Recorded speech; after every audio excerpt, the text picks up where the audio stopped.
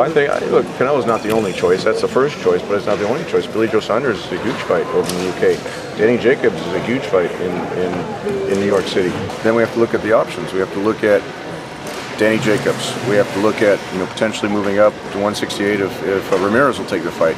Or how challenging?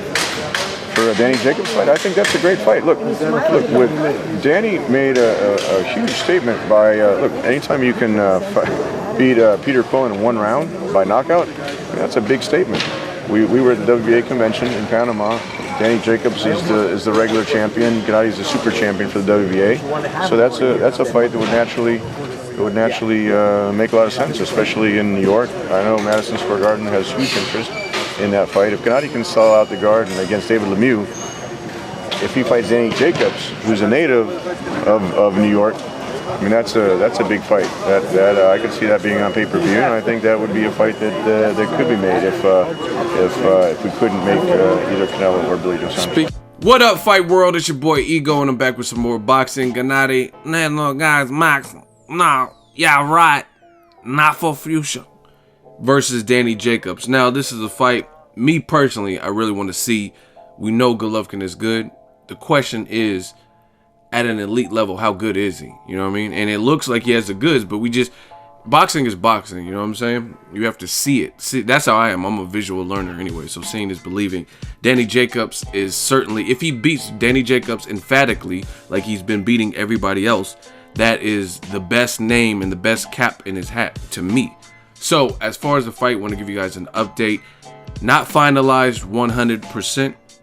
However, it's coming there. It's getting there, you know what I mean? And it looks like they're closing in on a March date, it looks like. And obviously, it's an East Coast fight. It makes sense. Golovkin is sold out on the East Coast and the West Coast and in the UK. But he has a market in New York. He's headlined there against David Lemieux, Madison Square Garden. Did good numbers. Gennady Jacobs, Brooklyn native. Now, the only thing that is concerning to some is the fact that Gennady Golovkin and Gennady Jacobs, they're talking about making this HBO pay-per-view 2017. So I posted this on my Instagram, and some people said, yes, it's a pay-per-view fight. Others disagreed. So I want to know from you guys on YouTube. I already did it on Instagram. I want to know what you guys think on YouTube. Is this pay-per-view worthy? And it looks like HBO is carrying over their whole pay-per-view model for the whole year. You know what I mean? They hit us with a lot of pay-per-views. A lot of people talk about Kovalev Ward 160. Like, you guys get happy. Like, if it's a perceived failure, I mean, it doesn't affect me. If they did 2 buys, my bank account, my paychecks at the end of the month don't change. But Kovalev Ward didn't do exceptional numbers on pay-per-view. However, it was a good fight. Looking forward to the rematch. Triple G versus Lemieux didn't do good numbers. Crawford versus Postal didn't do good numbers. Pacquiao Bradley 3 didn't do good numbers considering Pacquiao his past work. So I don't know. Maybe pay-per-view's dying. I think it just takes the right marketing. See, this is what is bothering me, I guess, with HBO. I gotta be real. The thing is, HBO, in terms of their marketing, they've lessened up on that and are expecting these fights to be pay-per-view. And I feel like you have to take some level of a risk. I understand business. Trust me, this is a business. Boxing Ego. And obviously it's not as big as HBO.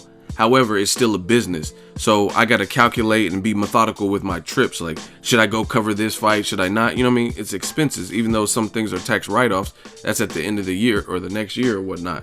So you have to manage your expenditures, and nobody wants to be in the red. I get that. However, it takes money to make money. I've done a lot of work for free, you know what I mean, on YouTube before I was even really getting paid anything. Staying up countless nights, covering fights and stuff, and it wasn't really justified in terms of how much I was making at the time versus all the travel expenses and stuff like that. So I get that. I understand the business perspective, but HBO is a big enough entity and they're known for some of their programming, original programming in general. But as far as it relates to boxing, 24/7 face-off. So I don't see how they're cutting programs like that for at least the big fights. Kovalev Ward, why would we not get a face-off? That would be the perfect fight. Both guys speak English, right? I've seen episodes of Face Off where both parties didn't really even speak English. You know what I'm saying? Like Sergio Martinez versus Julio Cesar Chavez. So it's really one English speaking mediator, Max Kellerman, and subtitles. You know what I mean? That's cool, but it's a different feel in the American market when you understand as it comes out of their mouth without reading. You know what I'm saying? It's just a little bit different. Some people hate subtitles, stuff like that. So why could we not get a Kovalev Ward face-off? If you didn't want to do 24/7, that's still a loss, but at least a face-off. Why would you did Cotto, Canelo, and they weren't even really talking about nothing. That wasn't even a good face-off to me. You know what I mean? I expected it to be too. So it doesn't make sense. And like I said, it takes money to make money. Fights like this, you can't just cut all the corners. You know what I mean? Triple G versus Jacobs, you have to do a good job of trying to make a solid undercard. That's one thing. And that's another thing where they're missing the mark a little bit. I understand money and I'm not part of the business aspect, but you got to make it worth people $70 somehow, some way. Kovalev Ward, the undercard, it just didn't really ring bells or resonate. Like, you had some names, but it was like who they were fighting. Like, to me, I think a perfect fight that would probably be doable, you know what I mean, if given enough time, would be like Curtis Stevens versus David Lemieux. I think that would have been a good fight. You know what I mean? That try to get a Golden Boy fighter on there against Curtis Stevens. That would have helped the card based on the type of fight. But instead, it was Curtis Stevens versus James De La Rosa. You know what I mean? So you have to get with the matchmaking department. And again, it takes money to make money. So Triple G versus Jacobs, if they do make that for New York, it's a good fight. But fans are like at the point with all the streaming devices and ways to watch the fights without paying for it and stuff. Fans need a reason. You know what I mean? Canelo Triple G, I think that could do strong numbers based on the build-up and the type of fight it is. Triple G versus Jacobs. Jacobs is not a certifiable star, like where he's just doing crazy numbers. Triple G is very popular, but is he that popular to kind of carry the event? You know what I mean? So it's interesting to see HBO doing this. Like Crawford Postal, that was a great fight, meaningful fight for the division 140, but Postal didn't have a big enough name, and Crawford's name is big, but it's not, you know what I mean, it's not Canelo big, Adrian Broner big. So to put him in there as first pay-per-view, it just didn't make sense. If you put Crawford in with Pacquiao, based on the two names together, I think that could have did good numbers, right? Better than Jesse Vargas numbers, right?